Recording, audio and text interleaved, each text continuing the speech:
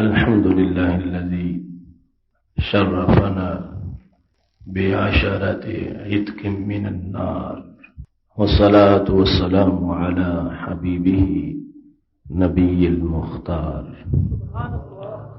وعلى آله وأصحابه أجمعين.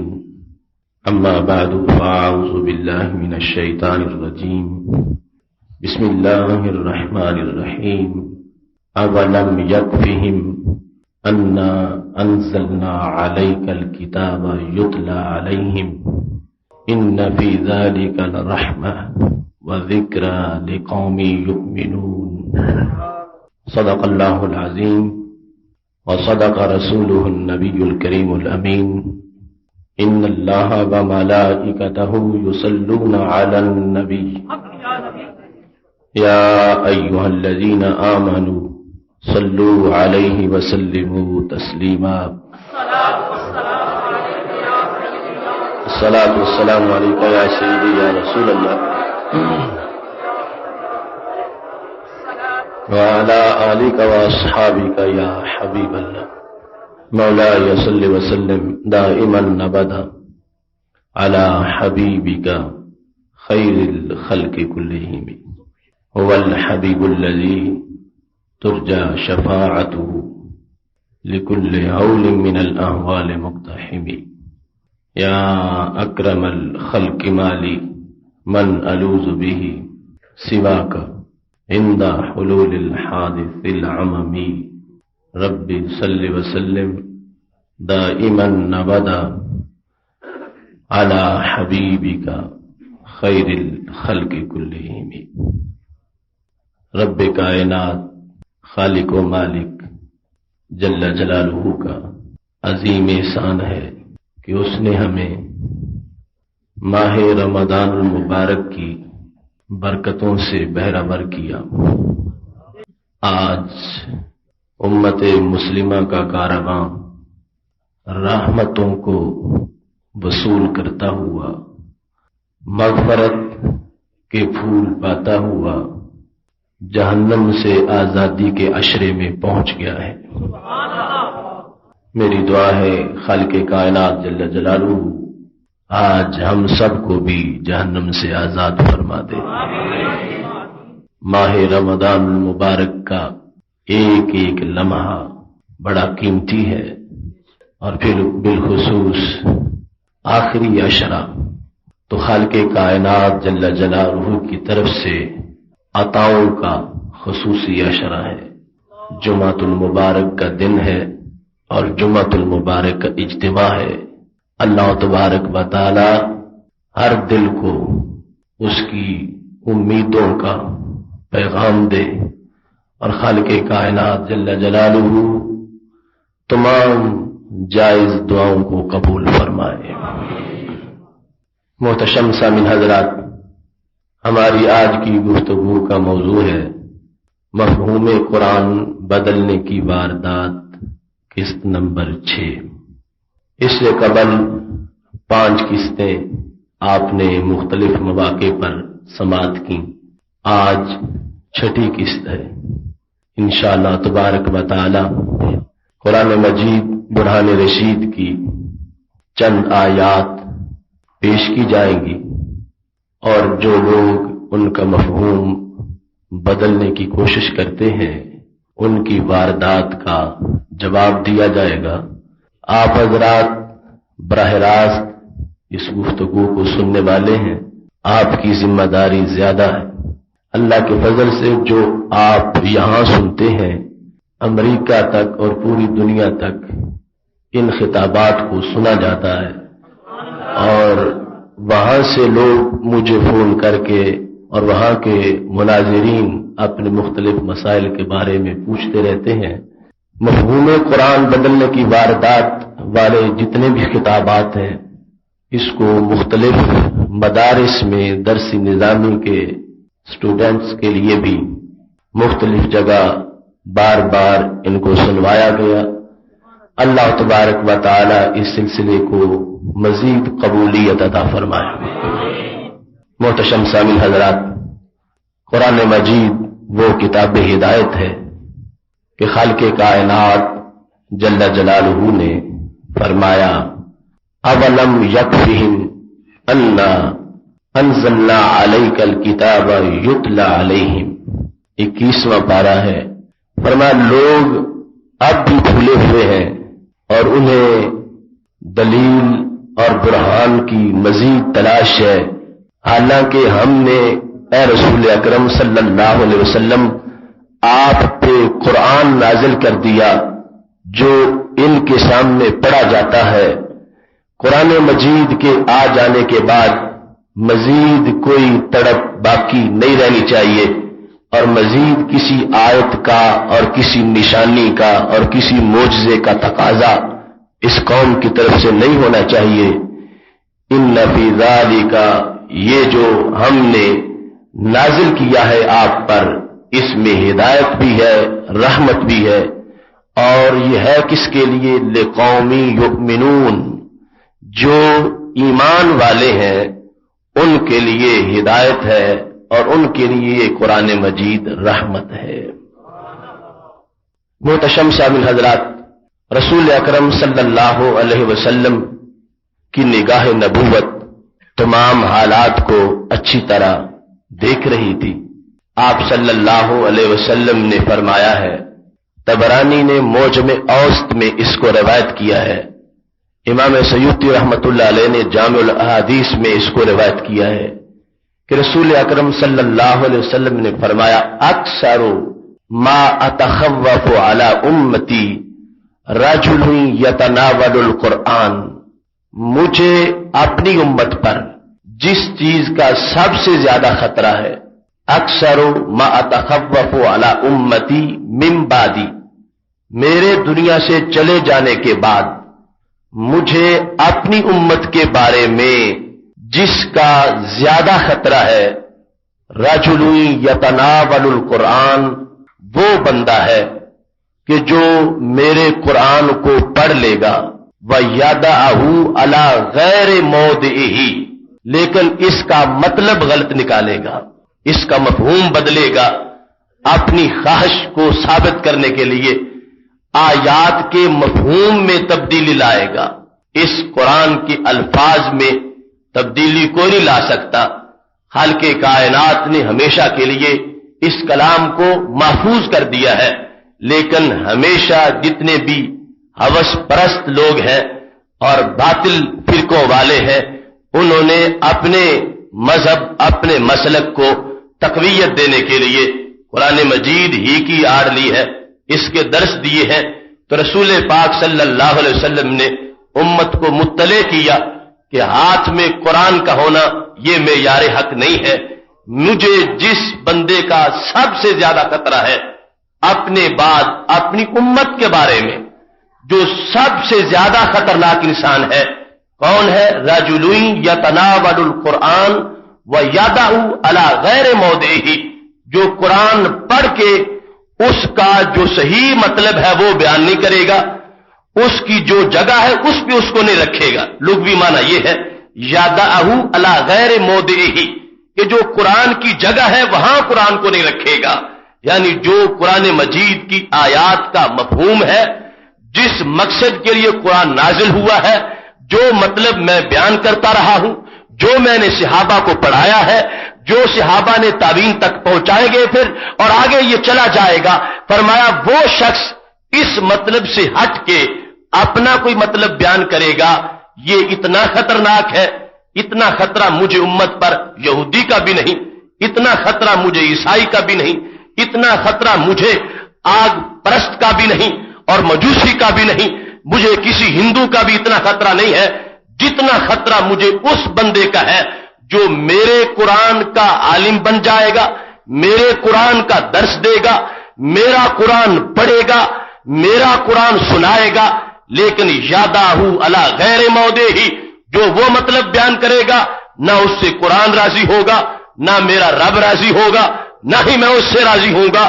وہ اگرچہ قرآن پڑھنے والا ہوگا مگر وہ امت کے لیے خطرہ ہے، اور سب سے بڑا خطرہ ہے۔ میرے صحابہ، اس خطرے سے میری امت کو مطلع فرما دینا۔ آج اگر کسی شادی حال میں کوئی عیسائی درس دینے آ جائے مسلمان پہلے ہی ہوشیار ہو جائیں گے. عیسائیوں کا کورس شروع ہو گیا ہے. کہیں کوئی یہودی آ جائے تو مسلمان پہلے ہی اس سے محتاط ہو جائیں گے کہ یہودی آ گیا ہے. لیکن جب کوئی قرآن والا ہوگا تو اب اس سے بچنا مشکل ہے. اس واسطے رسول پاک صلی اللہ علیہ وسلم نے اس میں تفضیل کا لفظ بولا ہے. اکثر ما اتخوف علی امتی، مجھے اپنی امت پر جس کا اکثر خطرہ ہے، زیادہ خطرہ ہے، وہ وہی انسان ہے جو بگڑا ہوا عالم دین ہے، جو خواہش کا بندہ ہے، جو قرآن مجید کے مطلب سے بغاوت کرنے والا ہے اور قرآن مجید کے مفہوم کو بگاڑنے والا ہے. فرمایا وہ قرآن مجید کو غلط مفہوم میں لے جائے گا، یہ شدید خطرہ ہے. فرمایا یہ جو قرآن پکڑ کے اس طرف چلا ہے یہ خطرہ بن گیا ہے. اور جس نے قرآن مجید کو رسول پاک صلی اللہ علیہ وسلم کے عشق کے آئینے میں اور سرکار کی غلامی کے سائبان کے نیچے بیٹھ کے پڑھا ہے، پھر یہ قرآن ایک لفظ پڑھا جائے گا تو دل میں کیاری کے اندر کئی پھول کھل جائیں گے. اگر شاید کسی پہلے زمانے میں اس حدیث کا مطلب سمجھانا کوئی شروع کرتا تو اسے مشکل پیش آتی، لیکن آج سمجھنا کوئی مشکل نہیں ہے. آپ کے سامنے ہے جو کچھ قرآن کے درس کی شکل میں کیا جا رہا ہے اور جو کچھ اس کی آڑ میں لوگوں کو سکھایا جا رہا ہے.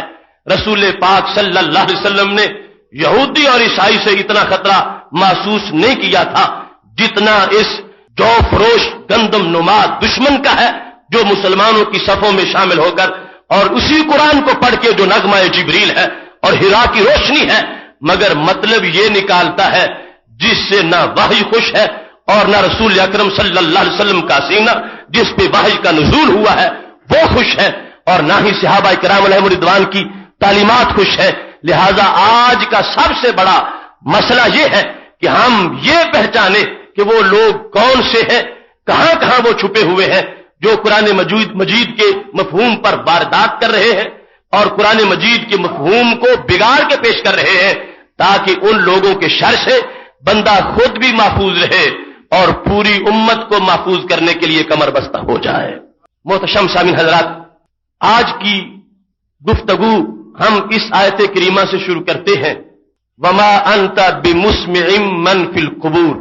یہ ہمارے نواز بھٹی صاحب میرے پاس اس کا سٹیکر لائے. سورہ فاطر کی یہ آیت ہے، وما انت بمسمع من فی القبور. اس کا ترجمہ لکھ کے نیچے 2 لائنیں لکھی ہوئی تھیں. آپ اے رسول اکرم صلی اللہ علیہ وسلم قبروں والوں کو نہیں سنا سکتے. اس کے نیچے 2 لائنیں یہ لکھی ہوئی ہیں کہ جس شخص کا یہ عقیدہ ہو کہ رسول اللہ صلی اللہ علیہ وسلم اور حضرت علی رضی اللہ تعالیٰ عنہ اور حضرت علی حجویری رضی اللہ تعالیٰ عنہ رحمہ اللہ تعالیٰ اور ایسے بزرگ جو قبروں میں لیٹے ہوئے وہ ہماری آواز کو سنتے ہیں اور جواب دے سکتے ہیں، وہ بندہ سب سے بڑا مشرک اور گمراہ ہے. قرآن مجید کی یہ آیت پیش کر کے اس کے بعد بت پرستوں، مجوسیوں اور آتش پرستوں کو نہیں چھیڑا گیا. قرآن مجید کی آیت پڑھنے کے بعد مسلمانوں کے بارے میں شرک کا نہیں، سب سے بڑے شرک کا تیر مارا گیا اور کہا گیا کہ یہ جن لوگوں کا عقیدہ ہے، اب یہ جن میں ہم ہی نہیں آ رہے، یہ تو صحابہ کرام سے شروع ہے جو رسول اکرم صلی اللہ علیہ وسلم کے روضہ مقدس پہ جا کے حاضری دیتے تھے اور سرکار کے سامنے درخواستیں پیش کرتے تھے. وہ 1-2 باتیں نہیں، درجنوں اور سینکڑوں احادیث ہیں جن میں باقاعدہ صحابہ نے رسول پاک صلی اللہ علیہ وسلم کو ندا دی ہے. پھر تابعین ہے، تبع تابعین ہے، پوری امت اس عقیدہ ندا پہ قائم رہی ہے. لہذا آج کے اس جعلی موحد نے اپنے سٹیکر پہ پوری امت کو مشرک قرار دے کر اپنی جعلی توحید والے چند لوگوں کو مومن قرار دیا. یہ وہ خطرہ تھا جس کو رسول پاک صلی اللہ علیہ وسلم نے اس وقت محسوس کر لیا تھا. وما انت بمسمع من فی القبور. آپ انہیں نہیں سناتے جو قبروں میں ہیں. اس سے مراد کیا ہے؟ حدیث سے ذکر کروں یا مفسرین کی آراء سے، وہ تو بعد کی بات ہے. خود آیت جو کچھ بیان کرتی ہے پہلے وہ دیکھو، ما قبل میں کیا ہے، ما بعد میں کیا ہے. وما انت بمسمع من فی القبور، کیا کبھی ایسا ہوا کہ رسول اکرم صلی اللہ علیہ وسلم کہیں قبرستان میں چلے گئے ہو اور آپ کسی قبر کے پاس جا کے کھڑے ہو گئے ہو اور آپ نے فرمایا ہے قبر والے کلمہ پڑھ، اور اللہ نے آیت نازل فرما دی ہو اے نبی آپ قبر والوں کی نہیں سنا سکتے؟ کیا پس منظر تھا؟ کس کی قبر پہ رسول پاک صلی اللہ علیہ وسلم کھڑے تھے؟ کسے جا کے کہہ رہے تھے؟ کسے سنا رہے تھے کہ یہ آیت نازل ہوئی ہے؟ سوچنا پڑے گا۔ اگر منع کیا ہے تو پہلے کام ہو رہا ہوگا۔ سرکار کس کی قبر پہ جا کے سنا رہے تھے کہ خالق کائنات نے یہ آیت نازل فرمائی ہے؟ میرے بھائیوں، کسی کی قبر پہ نہیں گئے، اللہ تبارک و تعالیٰ کے محبوب چلتی پھرتی قبروں والوں سے گفتگو کرتے تھے۔ من فی القبور سے مراد اس وقت کا مشرک تھا، اس وقت کا کافر تھا، ابو جہل تھا، عتبہ و شیبہ تھا۔ خالق کائنات جل جلالہ نے فرمایا میرے محبوب ان کے دلوں پر مہریں لگی ہوئی ہیں، یہ قبروں جیسے ہیں اور مقبوروں جیسے ہیں، یہ سن کے جواب نہیں دیں گے۔ جیسے قبر والا قبر میں مردہ جو ہوگا اس کے ساتھ بات کرو گے وہ تمہیں کیا جواب دے گا، وہ کیا اس پر اثر مرتب ہوگا، جیسے وہاں تمہیں جواب کی امید نہیں ہے، ایسے ہی یہ لوگ جو ہے اس حد تک گئے گزرے ہیں، ان کی طرف سے قبولیت نہیں ہو سکتی، یہ تمہاری بات کو نہیں مانیں گے۔ میرے محبوب گھبراؤ نہیں، تم نے حق پورا کر دیا، یہ کافر مردے بن چکے ہیں، اس واسطے نہیں سن رہے۔ اس واسطے امام سیوطی رحمت اللہ علیہ کہتے ہیں الکفار من فی القبور سے مراد کون ہے؟ شبہہم بالموت، اللہ نے کافروں کو مردوں سے تشبیہ دی، کافروں کو، چلتے پھرتے کافروں کو۔ یہاں کسی قبر میں لیٹے ہوئے کی بات نہیں ہے، چلتے پھرتے کافر جو ہے اللہ نے ان کی زندگی کو زندگی قرار نہیں دیا، فرمایا جو چلے اور بت کے سامنے جھکے میں تو اس کو مردہ سمجھتا ہوں، میں اس کو زندہ نہیں سمجھتا۔ اور جو محبوب تمہارا درس سن کے بھی ایمان نہیں لا رہا اور تمہاری تبلیغ کے باوجود بھی جو کلمہ نہیں پڑھ رہا، یہ چلتا پھرتا تو ہے مگر حقیقی طور پر زندہ نہیں، یہ مردہ ہے۔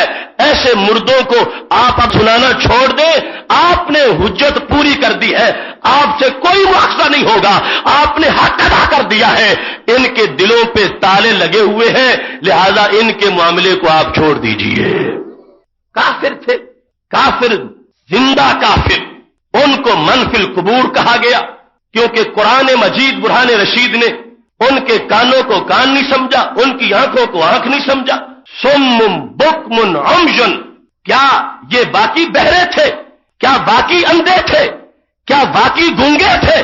نہیں، بولنے والوں کو قرآن مجید نے گونگا کہہ دیا، سننے والوں کو بہرا کہہ دیا اور دیکھنے والوں کو اندھا کہہ دیا، کیونکہ حق سنتے نہیں تھے، یعنی سن کے قبول نہیں کرتے تھے، حق دیکھ کے قبول نہیں کرتے تھے، حق بولتے نہیں تھے۔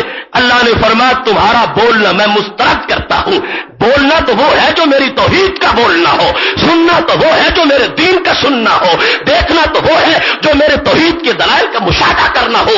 چونکہ تم یہ نہیں کر رہے، اس واسطے میرے نزدیک تم اے مشرکو گونگے بھی ہو، بہرے بھی ہو، اندھے بھی ہو، میرے نزدیک تمہارے ان اعضاء کی کوئی افادیت نہیں ہے۔ یہ صورتحال تھی۔ خالق کائنات جل جلالہ واضح کرنا چاہتا تھا کہ اے میرے محبوب صلی اللہ علیہ وسلم، ان کے اندر قبول کرنے کی توفیق نہیں رہی، یہ قبول نہیں کریں گے، عدم قبولیت کی وجہ سے اور ان کو مردہ کہہ دیا۔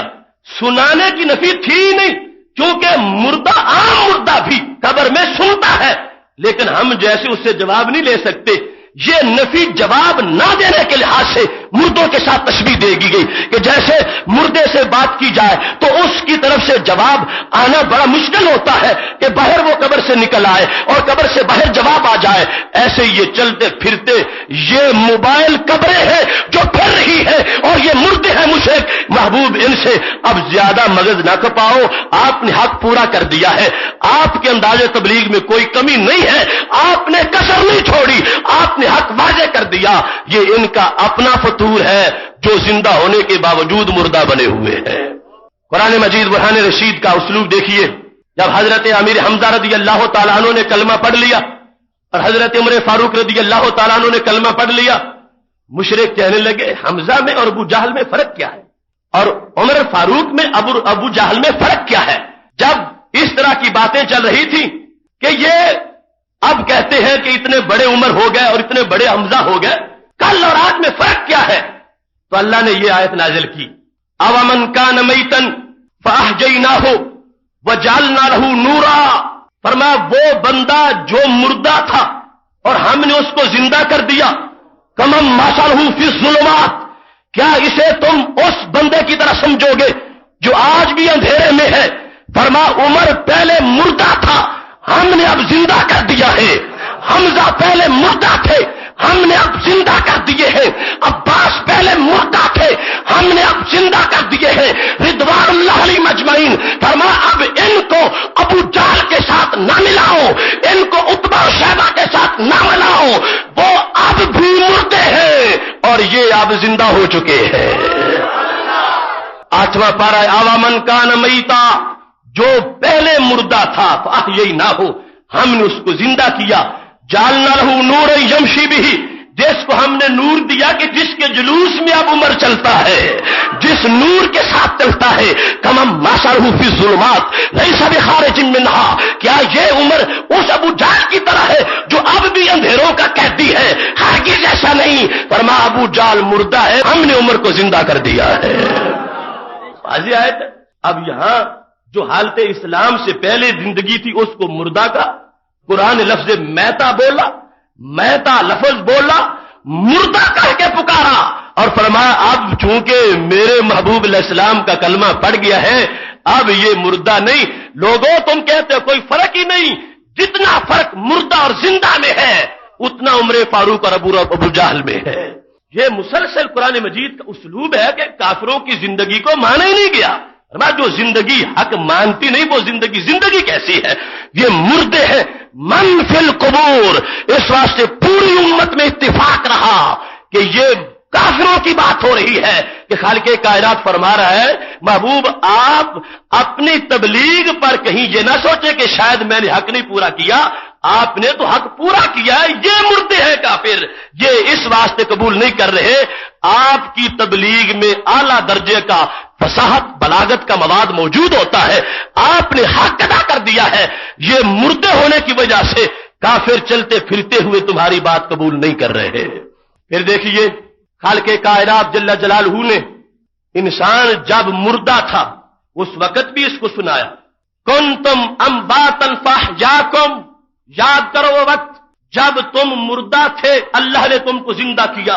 اب یہاں سے مردہ سے مراد ولادت سے پہلے کی حالت ہے، فاحیاکم اس نے زندہ کیا۔ اب انسان جب عالم روح میں تھا اس کو موت سے تعبیر کیا گیا، جب عالم وجود میں آ گیا اس کو زندہ کہا گیا، اور جب عالم روح میں تھا اور اس کو مردہ موتا کہہ کے پکارا جا رہا تھا اس وقت بھی اس میں سننے کی صلاحیت موجود تھی۔ کیسی؟ بڑے لوگوں کی تو بڑی صلاحیتیں ہیں، میرے محبوب علیہ السلام تو اس وقت بھی لوح محفوظ کے چلتے ہوئے قلم کی آواز بھی سنتے تھے، لیکن میں جس سننے کی بات کر رہا ہوں قرآن مجید کا 17واں پارہ ہے، جب کعبہ بن گیا اللہ نے فرمایا اے ابراہیم اذن فی الناس بالحج، ساری دنیا کے انسانوں کو حج کی دعوت تم دے دو، سب کو پیغام پہنچا دو۔ حضرت ابراہیم علیہ السلام مکہ شریف میں کھڑے ہیں، ان کی آواز قیامت تک پیدا ہونے والے انسان کی روح نے سنی ہے، لبیک کہا ہے، جو لبیک کہہ گیا تھا لبیک کہتا ہوا کعبے میں جا رہا ہے۔ لہذا جب پیدا نہیں ہوئے تھے تو سننے کی طاقت تھی، اور پیدا ہونے کے بعد جب موت کا ذائقہ چکھا تو پھر بھی وہ طاقت ہونی چاہیے جو ولادت سے پہلے موجود تھی، اور یہ سنانے والا عمل موجود تھا۔ وَأَذِّن فِي النَّاسِ بِالْحَجِّ، حضرت ابراہیم علیہ السلام ہر ایک کے کان میں جا کے نہیں کہہ کے آئے، ایک جگہ کھڑے ہوئے ہیں، اللہ نے فرمایا عَلَيْكَ النَّدَا وَعَلَيَّ الْبَلَاغُ، ابراہیم پکارنا تمہارا کام ہے، بات پہنچانا میرا کام ہے۔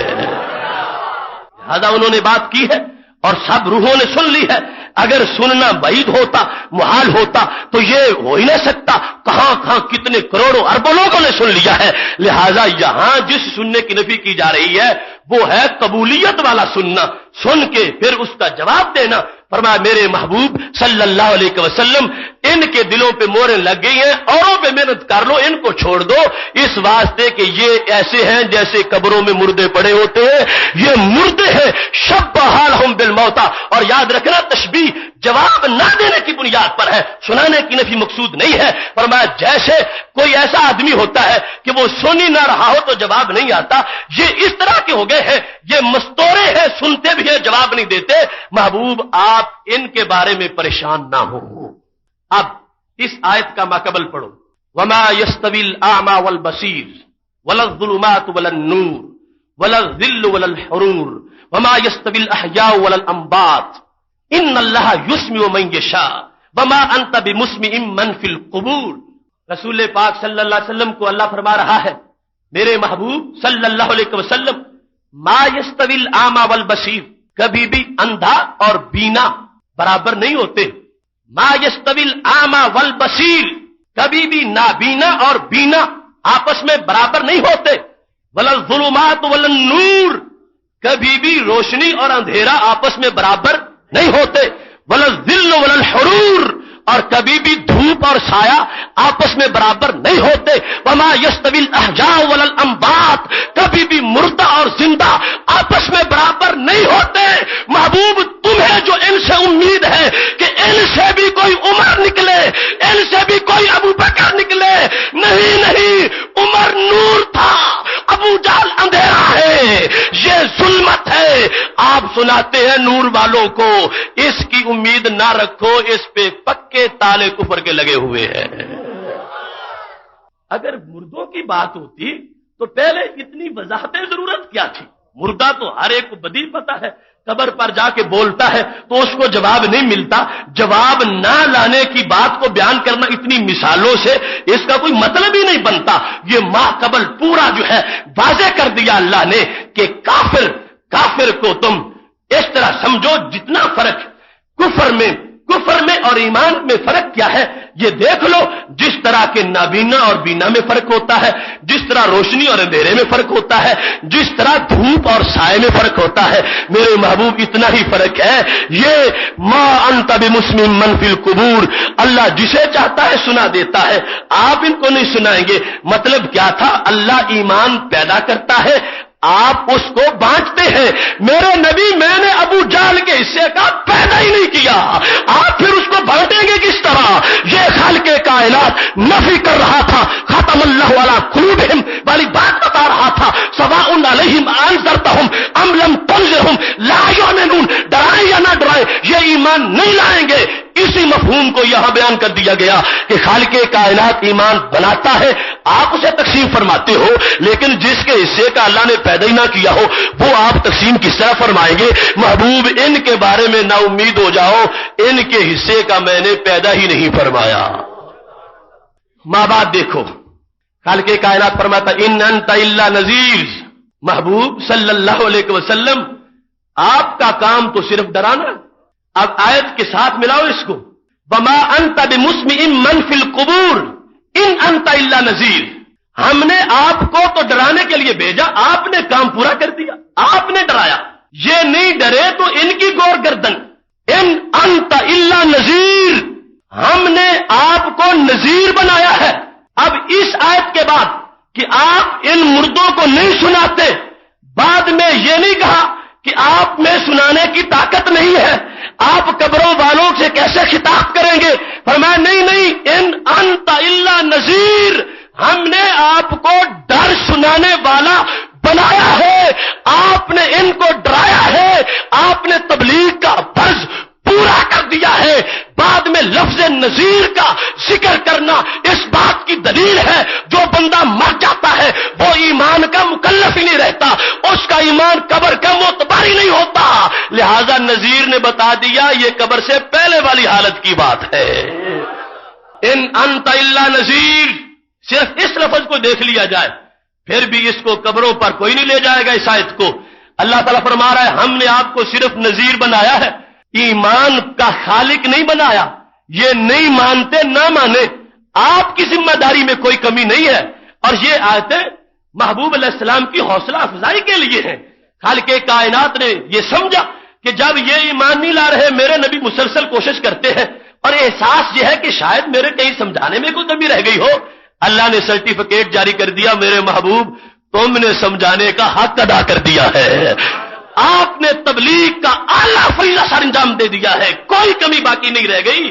میں اپنی طرف سے اعلان کرتا ہوں، یہ نہ ماننے والے مردے ہیں، اگر مردے نہ ہوتے پھر سمجھ جاتے، چلتے پھرتے مردے ہیں، اس واسطے محبوب تم نے تبلیغ کا کام پورا فرما دیا ہے۔ آیت کا اپنا مطلب پوچھو ان سے کہ سرکار کو جو روکا گیا تو کس کی قبر پہ دعوت دینے گئے تھے؟ کس انسان کی قبر پہ جا کے کھڑے ہو کے کہہ رہے تھے آمن باللہ، اے قبر والے اللہ کو مان؟ کہ اللہ نے یہ آیت نازل کر دی ہو کہ زندوں کو پڑھاؤ، قبر والے کو چھوڑ دو؟ رب کعبہ کی قسم ہے ایک ضعیف سے ضعیف قول بھی نہیں ملے گا۔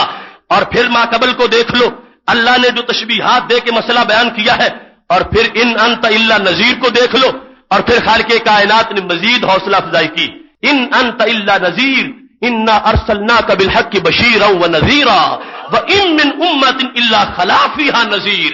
میرے محبوب ہم نے آپ کو بشیر بھی بنایا ہے، نذیر بھی بنایا ہے، اور کوئی گھبرانے کی بات نہیں، آپ سے پہلے بھی نذیر آئے اور آپ سے پہلے بھی مجرم نذیر کے منکر بنے رہے ہیں، اور ان رسولوں کو میں نے کامل قرار دیا، جیسے پہلے بھی مجرم اور موذی لوگ نذیر کے آنے کے باوجود بھی کافر رہے تھے۔ محبوب اگر یہ چند کافر رہ گئے تو کوئی بات نہیں، ہم نے تمہیں اعلیٰ درجے کی رسالت عطا فرمائی ہے۔ اب اس کا اگلا جو لفظ آیت کا وہ 100% اعلان کر رہا ہے کہ من فی القبور والی بات مردوں کی نہیں زندوں کی ہے۔ کیسے؟ وَإِن يُكَذِّبُوكَ، اگر یہ من فی القبور تمہیں جھٹلاتے ہیں، فَقَدْ كَذَّبَ الَّذِينَ، اگر یہ تمہیں جھٹلاتے ہیں تو محبوب پہلے بھی پیغمبروں کو لوگ جھٹلاتے ہی آئے ہیں۔ اب یکذبو کا فاعل پوچھو ان سے کون ہے؟ اگر یہ جن کا پیچھے ذکر ہو گیا ہے من فی القبور والے، اگر یہ تجھے نہیں مانتے، اگر یہ تجھے جھٹلاتے ہیں، ایک ہوتا ہے جھوٹ بولنا، وہ ہوتا ہے کاذب، ایک ہوتا ہے جھٹلانے والا یعنی کسی کو جھوٹا کہنے والا، وہ ہوتا ہے مکذب۔ فرما یکذبو کا، اگر یہ کافر تمہیں جھٹلا رہے ہیں تو کوئی بات نہیں، میں جو تمہیں اپنا رسول کہتا ہوں۔ یکذبو کا اس کا فاعل آیت میں پہلے موجود ہے، من فی القبور، ما انت بمسمع من فی القبور۔ اب مسلسل آگے آیت جا رہی ہے اور تو کسی کا ذکر ہی نہیں، درمیان میں صرف محبوب علیہ السلام کا ذکر ہے، آپ نذیر ہیں، آپ بشیر ہیں۔ اب آگے اگر یہ جھٹلائیں، کون یہ؟ وہی جن کا پیچھے ذکر موجود ہے، جن کو من فی القبور کہا، ان کو قرآن نے جھٹلانے والا بھی کہا۔ اب کن زین سے کن زین آدمی بھی اس فیصلے پہ پہنچ سکتا ہے کہ قبر والا باہر نکل کے نہیں جھٹلا سکتا، یہ جھٹلانے والے چلتے پھرتے مردے تھے، تو کہ جھٹلا رہے تھے۔ قرآن نے کہا ہم تجھے زندہ نہیں کہیں گے، ہم تمہیں مردہ کہیں گے، تم ہمیں جھٹلاؤ اور ہم تمہیں زندہ کہیں، ہرگز نہیں ہوگا۔ اے مردو، تم مردے ہو اور تم نے میرے محبوب علیہ السلام کو جھٹلایا ہے۔ اب یکذبو کا فاعل جو ہے وہ بات کو واضح کر رہا ہے کہ من فی القبور سے مراد قبروں والے نہیں، زمین کے اوپر چلتے پھرتے کافر مردے ہیں۔ یہ اس آیت کی وضاحت میں جتنی باتیں میں نے آیت سے کی ہیں، ان میں سے کسی ایک کا جواب دنیا کے کسی کونے سے مجھے کوئی لا کر دے دے، میں اس کی بات کو مان جاؤں گا۔ رب کعبہ کی قسم ہے، کتنی زیادتی ہے آیت سے۔ جو بات کہیں کی تھی اسے داتا صاحب پہ لے آئے ہیں، جو بات کسی اور کی تھی، ابو جہل کی تھی، اسے رسول پاک صلی اللہ علیہ وسلم کے بارے میں لکھا گیا اور پھر کہا گیا وہ سب سے بڑا مشرک ہے جو یہ کہے کہ معاذ اللہ سرکار سنتے ہیں۔ یہ ہے خانہ ساز شریعت، یہ ہے اسلام سے بغاوت، یہ ہے اسلام سے سرکشی، یہ ہے یہودیوں سے خطرناک خطرہ۔ قرآن پڑھا جا رہا ہے اور کام وہ کیا جا رہا ہے جو آج یہودی بھی نہیں کر سکتے۔ کون یہودی مسلمانوں کتنے مجمع میں یہ کہے گا یہ آیت پڑھ کے کہ کوئی رسول پاک صلی اللہ علیہ وسلم کو سنا نہیں سکتا، آپ کو مت پکارو، کوئی داتا صاحب کو سنا نہیں سکتا، کوئی حضرت علی رضی اللہ تعالیٰ عنہ کو قبر میں سنا نہیں سکتا۔ رب کعبہ کی قسم ہے کوئی یہودی آپ کو نہیں ملے گا، کوئی عیسائی آپ کو نہیں ملے گا۔ اگر ملیں گے تو ایسے دتورے ملیں گے جنہوں نے دین کے جبے پہن رکھے ہیں، قرآن ہاتھ میں پکڑا ہوا ہے اور سرکار نے خطرہ پہلے بتا دیا تھا۔ اب دیکھو 1% بھی جس مطلب کی گنجائش نہیں تھی اس کو 100% بیان کر رہے ہیں. اور کتنا جرأت ہے کہ پھر ماننے والوں کو جو صحیح قرآن مانتے ہیں انہیں ابو جہل سے بڑا مشرک کہا جا رہا ہے. اللہ ان لوگوں کو ہدایت عطا فرمائے. قرآن مجید برہان رشید بول رہا ہے کہ یہاں پر بات مشرکوں کافروں کی ہے، قبر میں لیٹے ہوئے اللہ کے ولیوں کی نہیں ہے. 1% بھی اس کا احتمال نہیں. میں نے یہ آپ کے سامنے آیت کا ماقبل خود آیت اور ما بعد سے بیان کیا ہے. یہ یوں سمجھو جیسے ازہر من الشمس ہوتا ہے، فنی اور قانونی لحاظ سے ان میں سے کسی بات کا کوئی بھی جواب نہیں دیا جا سکتا انشاءاللہ. اس کے بعد اگر ہم صحابہ کرام علیہم الرضوان کا رویہ دیکھتے، امدادی ساتھ میں نے آیات پڑھ دی، سم بکم عمی باری، اب من کان میتن وہ بھی سامنے رکھو، واذن فی الناس بالحج وہ بھی سامنے رکھو، اور پھر رسول اکرم صلی اللہ علیہ وسلم کی سنت مطہرہ سامنے رکھو. صحیح مسلم شریف میں حدیث شریف ہے، جس وقت بدر کے مقام پر کافر مردوں کو اٹھایا گیا اور انہیں بدر کے ایک گڑھے میں اکٹھا کر دیا گیا. بعد ہم ملا بعد نیچے ہیں، بعد اوپر پڑے ہوئے ہیں.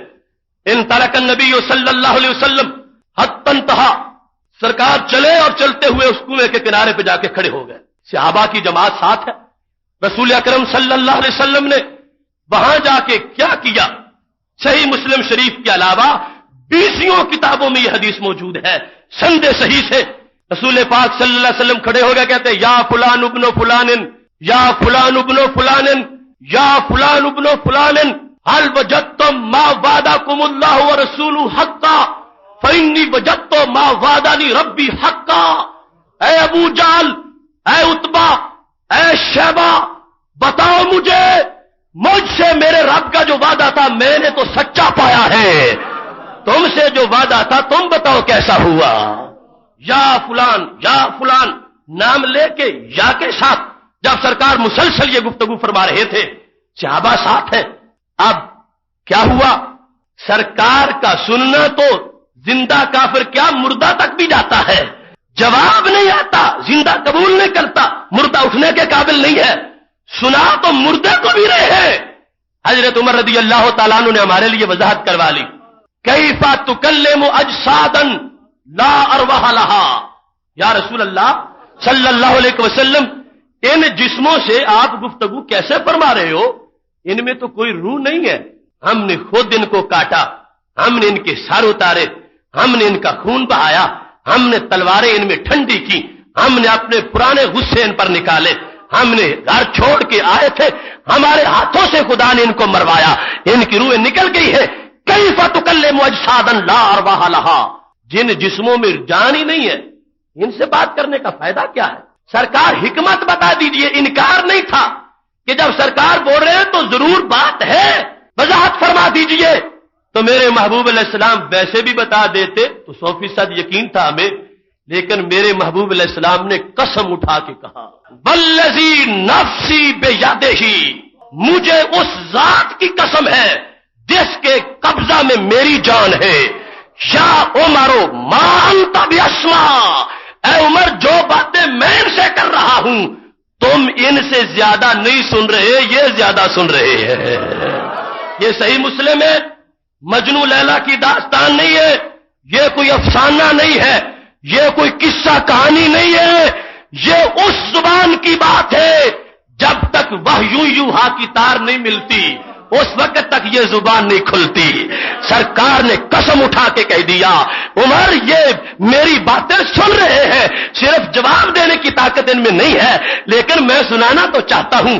کل تک میرے ساتھ اکڑ کے چلتے تھے، مجھے مکہ شریف میں مجبور کر دیا تھا، میں ہجرت کر کے آیا تو پیچھے مارنے کو پہنچے. میں ان کو بتانا تو چاہتا ہوں دیکھو مزہ میرے شیروں کی تلواروں کا، میں ان کو یہ ساتھ دلوانا چاہتا ہوں. عمر اگرچہ جواب نہیں دیتے مگر میری باتیں ٹھیک ٹھاک سن رہے ہیں.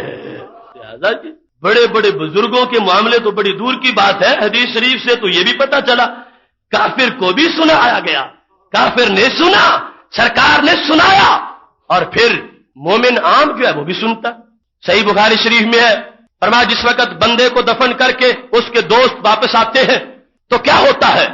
انہ لیسمع قرع نعالہم، فرمایا وہ قبر کا مردہ اپنے بھائی جو زندہ اس کے واپس جا رہے ہیں ان کے قدموں کی آہٹ بھی سنتا ہے. کرا نیال قدم رکھ کے جو اٹھایا جاتا ہے تو آواز پیدا ہوتی ہے, اس کو سنتا ہے. اور بیان کیسے کیا؟ انا بھی تاکید کے لیے, لام بھی تاکید کے لیے. انہو لا یسمع, وہ قبر والا ضرور سنتا ہے. کرا نیالہم, ان زندوں کے قدموں کی آہٹ کو. اگر معمولی سی آواز سن سکتا ہے تو یا والے نعرے کیوں نہیں سن سکتا؟ اگر عام بندہ سن سکتا ہے تو حضرت علی حجویری داتا گنج بخش کیوں نہیں سن سکتے؟ یہ میرے محبوب علیہ السلام کے واضح فیصلے ہیں. صحیح بخاری شریف ہے, فرمایا عام بندہ بھی اپنے بھائیوں کے قدموں کی آہٹ بھی سن لیتا ہے. رسول اکرم صلی اللہ علیہ وسلم آپ کے صحابی عمر بن عاص رضی اللہ تعالیٰ عنہ جو فاتح مصر ہے, ان کے وصال کا وقت قریب تھا. اپنے بیٹوں سے اور دوستوں سے جو وصیت کی تھی وہ طویل وصیت ہے. اس میں یہ کہا تھا اذا دفنتمونی شنوا علی التراب شنا, جب مجھے دفن کرنا مٹی آہستہ ڈالنا. ثم اقیموا حول قبری, پھر میری قبر کے گرد دائرہ بنا کے کھڑے ہو جانا. حتی استأنس بکم, تاکہ تمہاری وجہ سے میرا دل لگ جائے. میں کسی ملنگ کی بات نہیں کر رہا, میں عشرہ مبشرہ کے صحابی کی بات کر رہا ہوں. وہ توحید پرست جن کے زور توحید نے مصر کو توحید کا مرکز بنایا. ان کا عقیدہ کیا ہے؟ تم قبر سے باہر ہوگے, میں اندر ہوں گا. استأنس بکم, میں مانوس ہو جاؤں گا. وَأَعْلَمَ مَاذَا أُرَاجِعُ بِرُسُلِ رَبِّي, تم بڑھتے جاؤ گے, میں سنتا جاؤں گا, جواب دینے آسان ہو جائیں گے. ان کے لیے مشکل تھی نہیں, لیکن عقیدہ واضح کر دیا کہ باہر والا سنا جا سکتا ہے اور سن کے اس کو سمجھا جا سکتا ہے. تو یہ اختصار سے اس آیت پر جو واردات کی جا رہی ہے اس کا میں نے آپ کے سامنے مطلب بیان کیا. اس میں بخاری و مسلم کی حدیث اور خود آیات قرآن مجید آپ کے سامنے پیش کی ہے. یہ آپ کے پاس میرا قرض ہے, آپ جب تک کم از کم 100 آدمی تک اس کو پہنچا نہ دے یہ قرض نہیں اترے گا. آپ پر لازم ہو گیا ہے, آپ نے اس کی زکات نکالنی ہے اور پورے شرع صدر کے ساتھ 100% یقین سے ساتھ آپ نے اس کو بیان کرنا ہے. جہاں بھی کوئی منکر مل جائے اور انکار کرے, کوئی جواب دے, اسے میرے پاس لے آنا. اللہ کے فضل سے میں اس کے سینے کو ٹھنڈا کرنے کی کوشش کروں گا.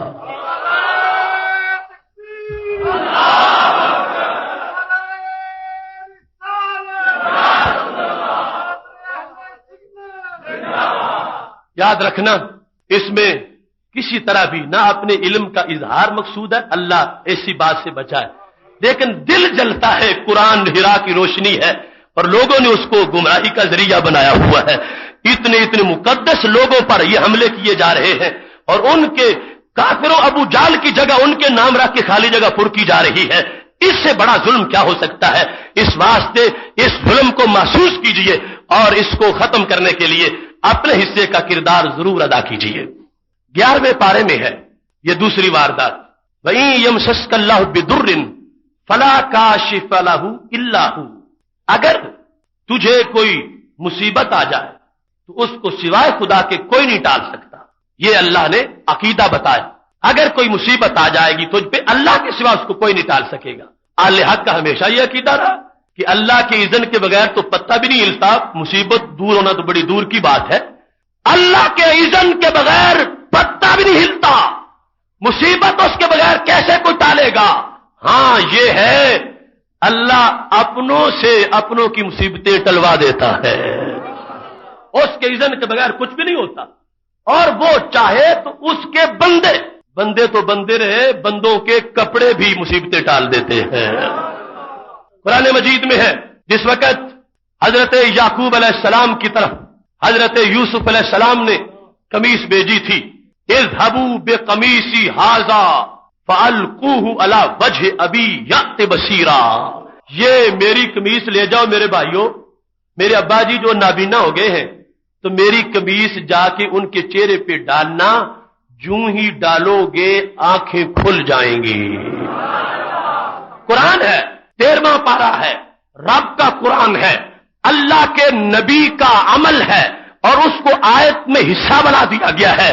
فرمایا میرے بھائیوں گھبراؤ نہیں, اذهبوا بقمیصی ھذا, میں خود اگرچہ یہاں ہوں، میری قمیص ہی ساتھ لے جاؤ، میری قمیص لے جاؤ۔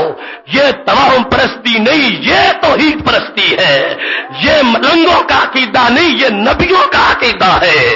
اذهبوا بقمیصی ھذا، میری یہ قمیص لے جاؤ، فالقوہ علی وجہ ابی یأت بصیرا، جا کے ابا جی کے چہرے پہ لگانا، آنکھیں کھل جائیں گی۔ اب یہ قمیص یہودا جو بھائی تھے حضرت یوسف علیہ السلام کے، وہ لے کے آگے بڑھے، چونکہ حضرت یوسف علیہ السلام کے بارے میں جب فراڈ ہوا تھا تو خون آلود قمیص یہ ابا جی کے پاس لے کے گئے تھے۔ آج چاہتے ہیں کہ غم کا وقت ختم ہوا، خوشی کی گھڑیاں آئی ہیں تو میں ہی خوشی لے کے آ جاؤں۔ فلما ان جاء البشیر، قرآن کہتا ہے جب وہ بشیر پہنچا، نام تو اور تھا مگر بشارت دینے والا ہے، القاہ علی وجہہ فارتد بصیرا، وہ قمیص جا کے ابا جی کے چہرے پہ رکھی ہے تو کیا ہوا، آنکھیں فوراً روشن ہو گئی ہے۔ اب فیصلہ کون کھڑی ہے، کیا قمیص خدا ہے، الہ ہے، اس میں کوئی الہ نے حلول کر رکھا ہے؟ نہیں نہیں، قمیص ہے، مخلوق ہے، اس کی اپنی کوئی حیثیت نہیں، اگر ایک نسبت کی منفی کر دی جائے اس کا کوئی مرتبہ نہیں۔ وہ نسبت کیا ہے؟ اللہ کے یوسف علیہ السلام کے بدن سے لگی ہے، اگرچہ دھاگے ہیں مگر جان والوں نے جان ڈال دی ہے۔ اب کیا ہو گیا ہے، وہ قمیص بے جان جب حضرت یعقوب علیہ السلام کی آنکھوں پہ رکھی گئی ہے، آنکھیں فوراً روشن ہو گئی ہے، مرض دور ہوا، نابینا ہونا کتنی مصیبت تھی اور مصیبت ٹل گئی۔ اب ادھر وہ آیت ہے، ادھر یہ آیت ہے اور یہ آیات ہے۔ اب قرآن مجید تو قرآن ہے ہی اس واسطے، اس میں کوئی تعارض نہیں ہے، اپوزیشن نہیں ہے، آپس میں باتیں متضاد نہیں ہے۔ قرآن سچ کہتا ہے، ان یمسسک اللہ بضر فلا کاشف لہ الا ہو، اگر کسی پر مصیبت آ جائے کوئی بات اس مصیبت کو ٹال نہیں سکتا، اللہ کے اذن سے اللہ والوں کی قمیص بھی ٹال لیتی ہے۔ اس کے سوا کوئی مطلب نہیں ہے، کسی کے پاس کوئی مطلب نہیں ہے۔ قمیص الہ نہیں ہے، وہ اللہ کے نبی کی قمیص ہے۔ اس میں یہ فیض کیسے آیا؟ کسی بت سے نہیں، طاغوت سے نہیں، اللہ کی رحمت سے آیا ہے۔ اگر ویسے آتا ہوتا تو قمیصیں اور بھی بڑی تھیں۔ اگر کوئی یہ کہے کہ نہیں نہیں اس میں پھر نبی کی کیا حیثیت ہے جب اللہ کی طرف سے آیا ہے، تو میں نے کہا قمیصیں تو اور بھی لاکھوں ہیں، وہ لگا لی جاتی۔ نبی کا مقام یہ ہے کہ اس قمیص سے نور باری ظاہر ہوا، اس قمیص سے رحمت برسی ہے۔ یہ اہل سنت و جماعت کا عقیدہ ہے۔ کپڑے اور بھی ہیں لیکن یہ چونکہ پیغمبر کا تبرک ہے، ان کے پیکر سے لگا ہے، اور یہ دوسری جگہ تبرک کی دوسری حیثیت میں جانا چاہتا ہے، اگرچہ وہ خود پیغمبر ہے۔ اس بات کو ظاہر کر دیا گیا کہ یہاں جو مشکل دور ہوئی ہے کسی بت نے نہیں کی، یہاں بھی اللہ کے فضل نے کی ہے۔ لہذا ظالموں باز آ جاؤ، اللہ والوں کو بت نہ کہو، یہ تو اللہ کی رحمت کے نمائندے ہیں۔ فائدہ دینا چاہیں تو فائدہ دیتے ہیں، اللہ کے اذن کے تابع، خود کچھ بھی نہیں کرتے، اس کی رحمتوں کے مظہر بنتے ہیں، مدد کرتے ہیں، اور نقصان کرانا چاہیں تو کر لیتے ہیں۔ بار بار آیتیں پڑھتے ہیں، لا املک لکم نفعا ولا ضرا، اس کی وضاحت پچھلے خطبے میں ہو چکی ہے۔ میں نفع نہیں دیتا، میں نقصان نہیں دیتا، اس کا مطلب واضح ہو رہا ہے کہ ایک ہے اپنی حیثیت، ایک ہے اللہ کے ساتھ محبوبیت کی حیثیت۔ اپنے طور پر ہم کچھ نہیں کرتے، اللہ سب کچھ کرواتا ہے ہم سے۔ وما رمیت اذ رمیت، یوں کرواتا ہے محبوب، مارتے تم تھے لیکن مارتا میں ہی تھا، ہاتھ تمہارے تھے مار میری تھی، ہاتھ تمہارے تھے فائدہ میرا تھا۔ یہ حیثیت ان لوگوں کی ہے، ہم جیسوں کو ایسی حیثیت نہیں ملتی۔ کتنا اونچا مرتبہ ہے۔ اب فائدہ دینا چاہا تو قمیص نے دے دیا، قرآن نے ظاہر کیا۔ اور نقصان کیسا ہے؟ اتنا بڑا نقصان ہے کہ پیغمبر کی زبان نے حرکت کی، دائمی نقصان کو کسی کے گلے لگا دیا۔ جب حضرت موسیٰ علیہ السلام طور سے واپس آئے، 16واں پارہ ہے، قوم بچڑے کے گرد تھی، پوچھا کیا ہو گیا تم کو؟ سامری نے گھر لیا تھا، سامری کو طلب کیا، تم نے ایسا کیوں کیا؟ کہنے لگا جبریل علیہ السلام کی گھوڑی کے قدموں کی خاک میں نے دیکھی تھی شفا، میں نے وہ ڈالی ہے اور بچڑا بن گیا ہے۔ یہ ایک علیحدہ عقیدہ ہے کہ رسول پاک صلی اللہ علیہ وسلم کے خادم کے گھوڑی کی قدم کا جو غبار ہے اس سے بھی حیات نکلتی ہے. قرآن مجید نے واضح کیا. یہاں جس وقت اس نے بچڑا بنایا اور لوگوں کو کہا یہ ہے اصل میں خدا، موسیٰ تو بھول کے چلے گئے. حضرت موسیٰ علیہ السلام کو غصہ آ گیا، ایک بات منہ سے نکل گئی، وہ تیر تھی. فاذهب ان لك في الحیات ان تقول لا مساس، چلا جا، ساری زندگی تو منہ سے بولتا رہے گا لا مساس، لوگوں میرے قریب نہ آنا، لوگوں میرے قریب نہ آنا. فرما ہم نے یہ سزا تم پہ لازم کر دی ہے، اگر تمہارا کسی کو ہاتھ لگ جائے گا اس کو بھی بخار ہو جائے گا، تمہیں بھی ہو جائے گا، اور اگر کسی کا تمہیں ہاتھ لگا اس کو بھی بخار ہو جائے گا، تمہیں بھی بخار ہو جائے گا. اے سامری، آخرت کا عذاب تو خدا دے گئی، میں نے تجھے کہہ دیا ہے، میری زبان سے یہ جملہ نکل گیا ہے، ساری زندگی تنہا مر جائے گا، بیوی تیرے قریب نہیں جائے گی، بیٹا تیرے قریب نہیں جائے گا، بھائی تیرے قریب نہیں جائے گا، دوست تیرے قریب نہیں جائے گا، تو خود لوگوں سے بچے گا، تو کہ خود تمہیں بخار کا خطرہ ہوگا. جب بھی کسی سے تیرا بدن لگے گا تجھے بھی بخار ہوگا، اسے بھی بخار ہوگا. یہ پوری زندگی میں نے تجھے تنہا کر دیا ہے اور پوری زندگی کے لیے اس عذاب میں مبتلا کر دیا ہے. یہ تھوڑا نقصان تھا، ایسی دعائیں نقصان کی ہے. فرمایا چلا جا، ان لک فی الحیات ان تقول لا مساس، مجھے بولنے کی ضرورت نہیں، خود تو بولے گا لا مساس، میرے قریب نہ آنا، پیچھے ہٹ جاؤ، لوگوں میرے قریب نہ ہو، مجھے مت چھوؤ، کیونکہ لوگ چھوئیں گے تجھے بخار ہو جائے گا. خود تم پہلے ہی لوگوں سے کہو گے کہ دور رہنا. اب پوری زندگی کے لیے ان کو حضرت موسیٰ علیہ السلام نے جو نقصان پہنچایا ہے تو روزانہ کوئی نہیں دعا کی، ایک مرتبہ جملہ بولا تھا، ہمیشہ کے لیے عذاب میں مبتلا کر دیا ہے. زبان کا فرق ہوتا ہے. یہ لوگ کتنے گمراہ ہو چکے ہیں قرآن مجید کی عظمت سے. اب یہ قرآن ہے کہ اللہ کے کریم نے نقصان کتنا دے دیا، لیکن یہ تو حق ہے، آیا اللہ کی اذن سے ہے، لیکن بول تو یہی رہے تھے. ان کا عقیدہ، ان کا جملہ یہ اہل سنت کا عقیدہ ہے. رب کعبہ کی قسم ہے، کوئی اہل سنت جاہل سے جاہل انسان بھی یہ عقیدہ نہیں رکھتا کہ کسی ولی کو اللہ کے مقابلے میں کوئی پاور حاصل ہے، یا اللہ نہ چاہتا ہو تو ولی بزور بازو کروا لے گا. نہیں، یہ سارے اللہ کے عزت والے بندے ہیں اور ان کو اللہ نے اتنا پیارا رکھا ہوا ہے، یہ قسم اٹھا دے اللہ پوری فرما دیتا ہے. صحیح میں حدیث شریف ہے. اب دیکھو، نفع بھی دے دیا، نقصان بھی دے دیا. نفع بھی ذکر ہے قرآن مجید میں، نقصان بھی ذکر ہے قرآن مجید میں. لہذا جن کی نفی ہے وہ نفی بتوں کی ہے، نہ اپنے طور پر کرتے ہیں اور نہ عطائی طور پر کرتے ہیں، وہاں کسی طرح بھی نہیں آ سکتا. اور یہ وہ ذاتیں ہیں جو اللہ کے حکم کے تابع رہ کے اتنا اونچا مرتبہ پا چکی ہیں، اللہ نے ان کو نفع دینے کا ضامن بنا دیا ہے. محترم سامعین حضرات، توجہ کرنا، یہ 2-3 مہینے قبل لاہور میں داروغہ والا سے دوسری سائٹ پر جلو موڑ تک ایک بہت بڑا اشتہار دیواروں پہ لگا ہوا تھا اور اس کے درمیان میں موٹا سا لکھا ہوا تھا بے اختیار ہے، بہت موٹا کہ آدمی کو گاڑی پہ چلتے ہوئے واضح نظر آتا تھا. میں نے دیکھا تو اتنی مجھے اس بارے میں تجسس ہوا کہ یہ بے اختیار ہے. اشتہار اس ٹائپ کا جیسے فلموں کے ہوتے ہیں، بہت بڑا ہے اور درمیان میں بے اختیار ہے، اتنا موٹا ہے، باقی کچھ پڑھا نہیں جاتا، نہ تو کسی جلسے کا کوئی کانفرنس کا ذکر ہے اور نہ ہی کچھ اور ہے. اتنا موٹا بے اختیار ہے، یہ کیا چیز ہے؟ ابھی میں نے کہیں اتر کے پڑھا نہیں تھا کہ وہ جلو موڑ کی طرف سے جو ہمارے طالب علم پڑھنے آتے ہیں وہ اشتہار کسی دیوار سے اکھاڑ کے لے آئے. تو میری حیرت کی انتہا نہ رہی کہ سرحد سے پار کوئی مشرک بھی ایسا اشتہار نہیں چھاپا ہوگا کسی نے جو یہاں کے کسی کمینے مواحد نے چھاپا ہے. بے اختیار موٹا لکھا ہوا ہے اور سائڈ پہ لکھا ہے کیا؟ حضرت محمد مصطفیٰ صلی اللہ علیہ وسلم، سارے صحابہ کرام، اولیاء کرام اور ساری مخلوق بے اختیار ہے. اتنا موٹا بے اختیار درمیان میں ہے اور پھر آیات لکھی گئی ہیں واردات والی. یسألہ من فی السماوات والارض، اللہ سے سوال کرتا ہے جو بھی آسمانوں میں ہے، جو بھی زمین میں ہے. سورہ رحمان کی آیت یہ آیت. اور یا ایھا الناس انتم الفقراء الی اللہ، اے لوگوں تم اللہ کے فقیر ہو.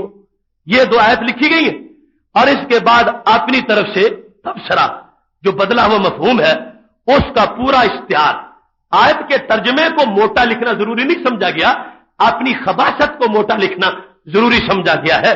یہ ہے وہ کھالوں کا پیسہ جو قربانی کے موقع پر آپ جہادیوں کو اس طرح کے دیتے ہیں۔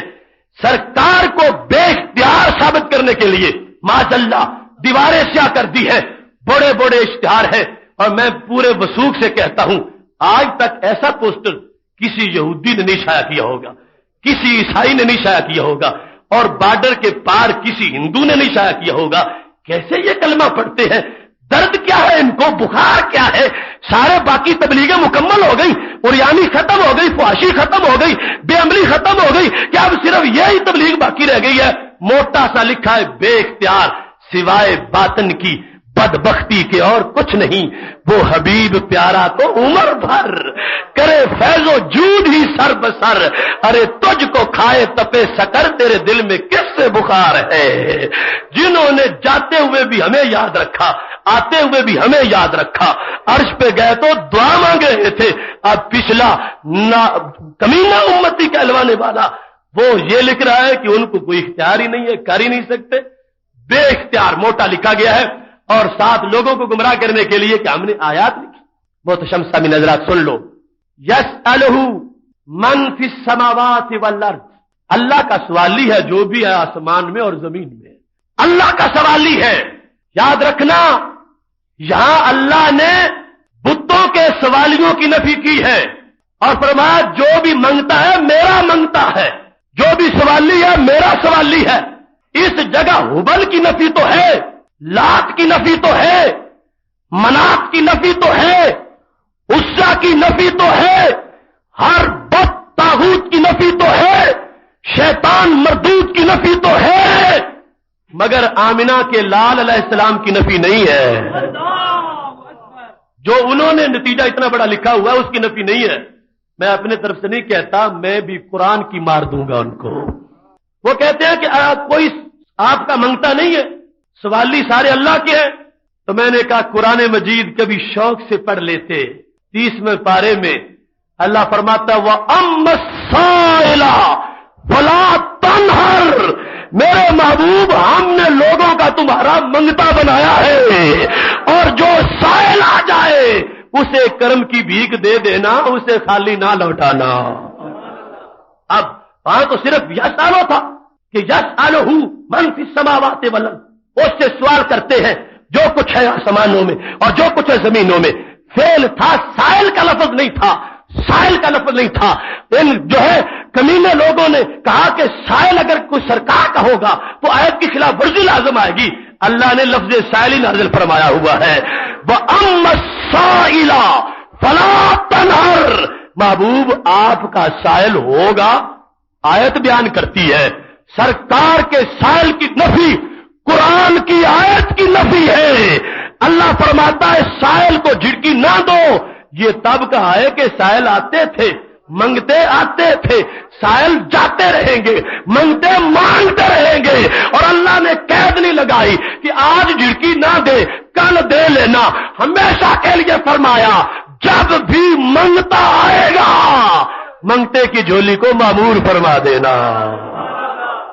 کتنے علم سے پیدل لوگ ہیں اور اتنا چوری کرتے ہوئے پتہ ہی نہیں لگتا۔ دروغ گور حافظہ نیست کہ ہم دیگر آیات کو بھی دیکھ کے کوئی جھوٹ گڑے۔ جس سائل کی نفی کرتے ہیں اس سائل پہ آیت اتری ہوئی ہے وَأَمَّا السَّائِلَ فَلَا تَنْهَرْ۔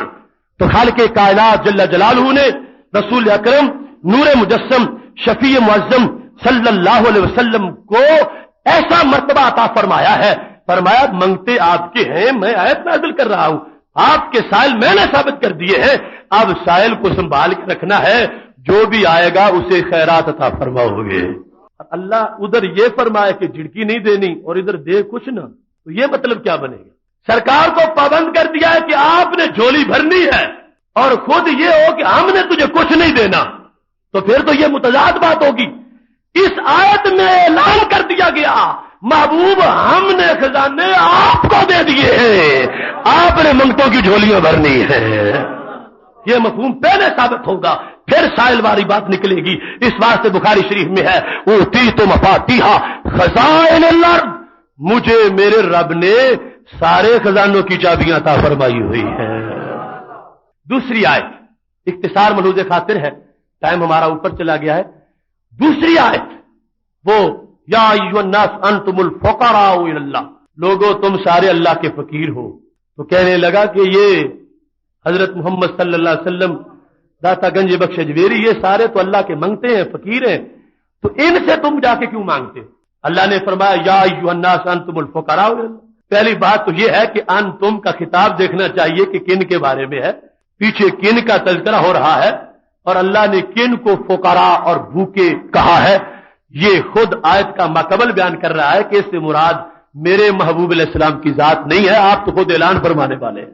اور پھر اس میں کوئی شک نہیں کہ میرے محبوب علیہ السلام اللہ کے سائل ہیں، اللہ سے مانگتے ہیں، اللہ ان کو دیتا ہے.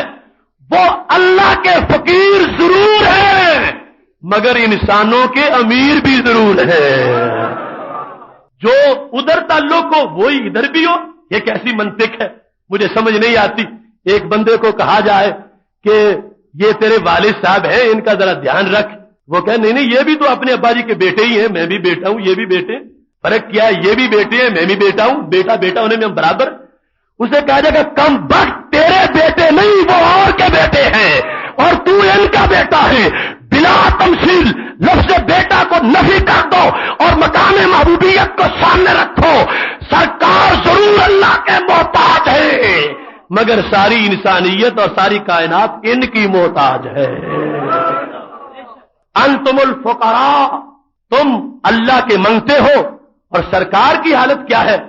اللہ تعالیٰ فرماتا ہے سن لینا، انہیں منگتا نہ کہو اپنا، انہیں منگتا کہہ کے نہ بلاؤ. فَوَجَدَكَ عَائِلًا فَأَغْنَىٰ، فرمایا ہم نے محبوب تجھے منگتا رہنے نہیں دیا، تجھے ہم نے غنی بنا دیا ہے. اب آیت ہے، اس واسطے علماء مراکش نے، امام مالک کی فقہ کے لوگوں نے اس پر فتویٰ دیا کہ جو بندہ سرکار کو فقیر کہے گا اس کا سر اتارا جائے، کیونکہ آیت کا انکار لازم آ رہا ہے. جب اللہ فرماتا ہے فاغنا، میں نے غنی بنا دیا، تمہیں عائل پایا، تم محتاج تھے مگر ہم نے محتاج رہنے نہیں دیا. فاغنا، اللہ نے غنی کر دیا ہے. جن کو اللہ نے غنی کیا کس کی مجال ہے کہ ان کو منگتا کہہ سکے؟ ایسا قرآن مجید میں فیصلے موجود ہیں. قیامت تک کی لوگوں کی خواستوں کا جواب کیسے موجود ہے، وارداتیوں کی کس طرح ان کی پوری خبر لی جا رہی ہے. جو گھڑتے ہیں کہیں بیٹھ کے، قرآن مجید نے پہلے اس کا جواب دے رکھا ہے. انتم الفقراء سے سرکار تو فقیر ثابت ہوتے ہی نہیں تھے، پھر بھی اللہ نے تو آیت نازل کی ہوئی ہے وَوَجَدَكَ عَائِلًا فَأَغْنَىٰ، میرے محبوب ہم نے آپ کو عائل پا کے، محتاج پا کے یوں بنایا کہ اب ہم نے آپ کو غنی بنا دیا ہے. اور صرف غنی نہیں، میرے محبوب علیہ السلام تو غنی ساز بھی ہے. خود ہی غنی نہیں، منگتوں کو سلطان بنایا میرے آقا سرور نے. خود غنی نہیں، غنی بناتے بھی ہیں. یہ بھی قرآن ہے. کس طرح؟ اغناہم اللہ ورسولہ من فضلہ، ان لوگوں کو غنی کیا اللہ نے اور غنی کیا اللہ کے رسول علیہ السلام نے. دیکھو آیت ہے قرآن مجید کی، کوئی دور جانے کی ضرورت نہیں ہے. اغناہم اللہ ورسولہ، دونوں فاعل ہیں. غنی کیا اللہ نے، غنی کیا اللہ کے رسول صلی اللہ علیہ وسلم نے، غنی کیا اللہ نے، غنی کیا رسول پاک صلی اللہ علیہ وسلم نے، جن کے بارے میں فقیر والی آیتیں پڑھ کے بدعتی لوگ وارداتیں کر رہے تھے. یہ اصل میں بدعت کے مرتکب ہیں جو اس طرح کی ایجادات کر رہے ہیں. اللہ نے خود جواب دیا ہے میرے محبوب صرف غنی نہیں، میں نے تو ان کو غنی بنانے کا عہدہ بھی دے رکھا ہے. آیت ہے قرآن مجید ہے. اغناہم اللہ ورسولہ من فضلہ، غنی کر دیا ان کو اللہ تعالیٰ نے، غنی کر دیا اللہ تعالیٰ کے رسول صلی اللہ علیہ وسلم نے. اتنی وضاحتوں کے باوجود پھر بھی جس کو بیماری پڑ جائے تو ویسے ہی اس کا کام ہو گیا، ویسے ہی وہ جہنم کے شعلوں کا اسیر ہو گیا.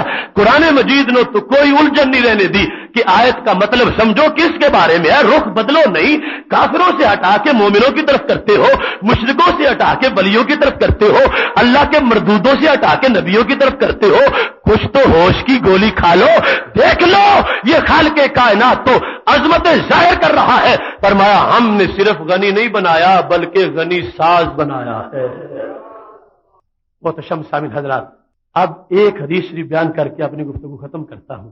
حدیث شریف بخاری شریف کی ہے اور اس کا تقاضا تو یہ ہے کہ اس پر 5 گھنٹے گفتگو کی جائے ایک حدیث شریف پر، لیکن وقت ایسا ہے اور میں وہ آپ کو تحفے میں دے رہا ہوں اور اتنا جامع اس میں مفہوم ہے، جہاں بھی مارو گے کوئی کسی کی پشت جو ہے وہ سیدھی نہیں رہ سکے گی، ہر منکر کبڑا ہو جائے گا.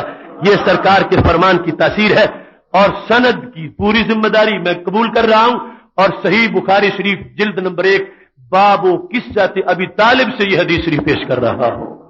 آج عام ایک بات چلتی ہے کہ نبی کیا دیں گے، وہ تو چچا کو بھی کچھ نہیں دے سکے تھے، چچا کو کوئی فائدہ نہیں دے سکے تھے. یہ عام ایک فیشن بن گیا ہے ان لوگوں کے ہاں. انہیں خبر نہیں ہے کہ میرے محبوب علیہ السلام نے چچا جی کو کیا کچھ عطا فرمایا ہے. ہم محققین میں سے اس بات کے قائل ہیں کہ جناب ابو طالب عدم ایمان کے مرحلے میں تھے، اگرچہ ایمان کا قول بھی لوگوں نے کیا، دلائل بھی دیے، لیکن راجے مذہب عدم ایمان کا ہے. لیکن فائدہ سرکار نے ان کو کیا دیا، یہ فیصلہ میرے محبوب علیہ السلام کی بارگاہ میں سے دوسرے چچا جی نے کروایا تھا. بڑی لطیف اور دلچسپ بات ہے. حضرت عباس رضی اللہ تعالی عنہ ایک دن رسول اکرم صلی اللہ علیہ وسلم سے کہنے لگے فما اغنیت عن عمک انہ کان یہوتک ویغضب لک. ہے میرے پیغمبر صلی اللہ علیہ وسلم، آپ نے اپنے چچا کو کیا فائدہ دیا، آپ نے اپنے چچا کو کیا فائدہ، بہو یہ لفظ جو ان کی کھوپڑیوں میں بطور اعتراض جو شرار نکلتا ہے اس کا سوال ہو گیا پہلے. فما اغنیتا غنی بنانا، فما اغنیتا نمے کا، میرے محبوب صلی اللہ علیہ وسلم اپنے چچا جی ابو طالب کو آپ نے کیا فائدہ دیا، حالانکہ انہیں فائدہ ہونا چاہیے تھا. کیوں؟ فرمایا وہ تو تمہاری بڑی خدمت کرتے رہے. کیا؟ فرمایا انہ کان یحوتک، انہوں نے تو تمہارے لیے حصار کا کام دیا. صرف پرورش میں حصہ نہیں ہے، دشمنوں کے سامنے سینہ تان کے کھڑے ہو جاتے تھے اور مشرکوں کی مجال نہیں پڑتی تھی کہ آپ کو تکلیف دیں. انہ کان یحوتک، وہ تمہارا حصار تھے. ویغضب لک، اور جو تمہیں کچھ کہتا تھا وہ اس کو ناراض ہوتے تھے، تمہارے لیے لوگوں سے غصہ کرتے تھے، تمہارے لیے لڑائیاں مول لے لیتے تھے اور تمہارے لیے انہوں نے سارے قبیلوں کے مقابلے میں بڑی قربانیاں دی ہیں. میرے محبوب صلی اللہ علیہ وسلم وہ چچا جو قربانیاں دیتا رہا، آپ نے اس چچے کو کیا فائدہ دیا. آج سوال مکمل ہو گیا اور سوال میں سارا پس منظر بھی آ گیا کہ فائدہ ہونا چاہیے. یہاں کی خدمتیں تو بڑا مقام رکھتی ہیں، چچا بھی ہو اور پھر یغضب لک و یحوتک کا یہ سارے منزلیں بھی ہوں اور پھر فائدہ کوئی نہ ہو. فرمایا میرے چچا جی میں نے فائدہ دیا ہے. سرکار کے لفظ سنو، آج کا بسنتا انسان یہ کہتا ہے کوئی فائدہ نہیں دیا، اس بے لگام کو بخاری کی لگام دو. میرے محبوب علیہ السلام نے جب سوال سنا تو چچا جی نے بھی نفی نہیں کی تھی، استفہام تھا، ماں استفہامیہ، ماغ نہیں تھا، کیا فائدہ دیا. یہ نہیں کہا کہ ماغ نہیں تھا نہیں فائدہ دیا، ماں نافیہ نہیں، ماں استفہامیہ ہے کہ میرے محبوب بیان فرما دو، قیامت تک دنیا یاد رکھے گی کہ آپ یہاں تک کہ چچا جو ایمان نہیں لایا تھا اس کو بھی آپ نے فائدہ دیا. پتہ لوگوں کو چل جائے گا. بتا دیں آپ نے کیا فائدہ دیا.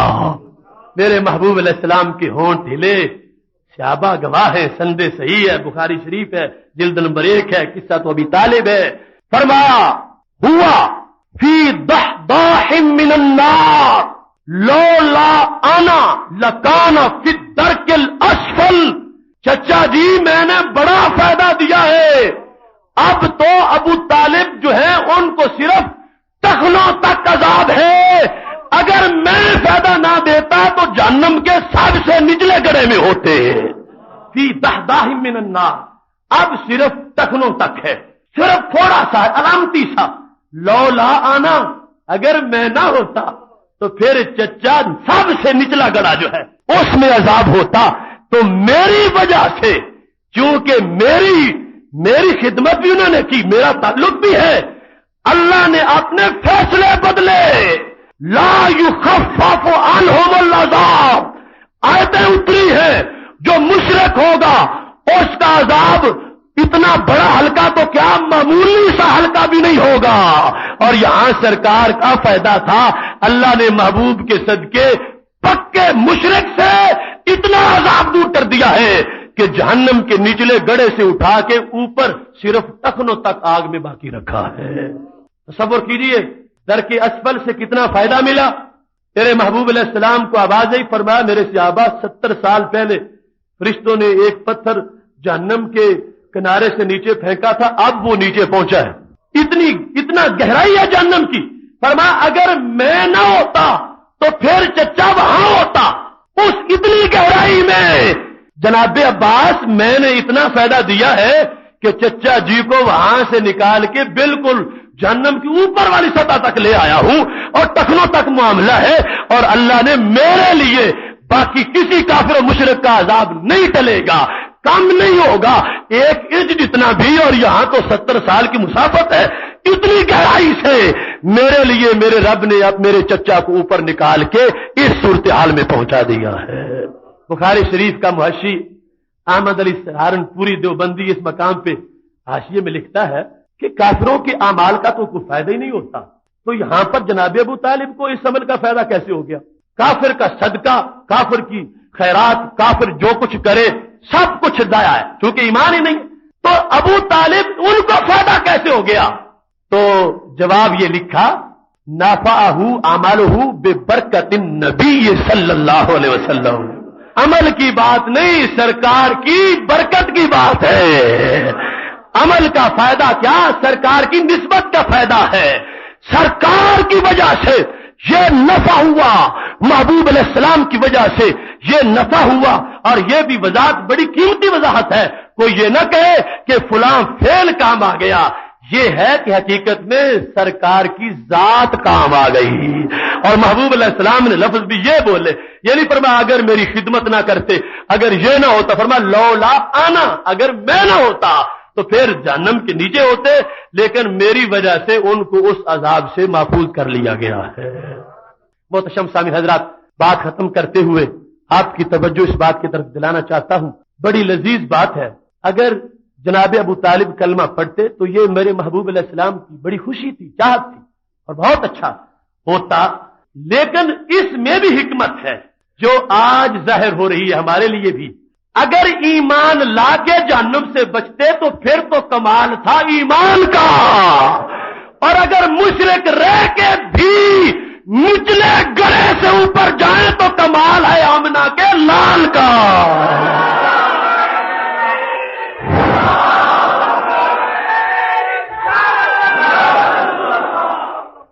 وجہ تو یہ ہے نا کہ توحید نہیں مانی, پھر بھی اللہ نے فائدہ دیا کہ سرکار کے چچا ہے. ٹھیک ہے کلمہ نہیں پڑھا تو نہیں پڑھا, ٹھیک ہے کوئی بات نہیں. یہ ہے مقام میرے محبوب علیہ السلام کا, اس کو کہتے ہیں فائدہ دینا. یہ ہے فائدہ صحیح بخاری شریف کا. اور ایسے ایک مرتبہ نہیں, بار بار جب فائدے لوگوں کو ملے, امت کو, غلاموں کو, تو سیدہ عائشہ صدیقہ رضی اللہ تعالی عنہا بول پڑی. صحیح بخاری شریف میں ہے, فرمایا اللہ فوراً اپنے محبوب کے کہنے پہ جو فائدے دے رہا ہے, یریہم کرامۃ نبی, ہی یہ اپنے نبی کے غلاموں کو نبی کی شان دکھاتا ہے. جب بھی منگتوں کی جھولیاں سرکار بھرتے ہیں تو اللہ ان منگتوں کو اپنے نبی کی شان دکھا رہا ہے. انہیں مجبور بے اختیار نہ کہنا, ہم نے تو چابیاں ان کو عطا فرمائی ہے. بہت سامعین حضرات, جو کچھ میں نے آپ کے سامنے پیش کیا قرآن مجید اور صحاح ستہ سے اور اسناد کے ساتھ, اس میں سے ہر لفظ کا اللہ کے فضل سے ذمہ دار ہوں. اب آپ پر قرض ہے, آپ اس کو آگے پہنچانا ہے اور بے دھڑک بڑے سے بڑے فلور پر یہ پہنچائے, اور کسی بڑے سے بڑے ان کے جو گھنٹہ گھر ہو وہاں تک یہ پہنچا دے. کسی طرح کا کوئی خطرہ آپ کو نہیں ہونا چاہیے.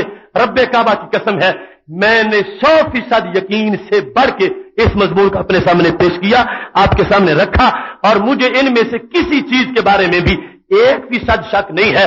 اللہ کے فضل سے برسر میدان جہاں کوئی چاہے گا اسی مضمون کو اس سے بھی زیادہ تقویت کے ساتھ پیش کر دوں گا اللہ کے فضل کے ساتھ. انشاءاللہ تبارک و تعالی ہماری اس مسجد میں بدھ کے دن تراویح میں ختم ہو رہا ہے.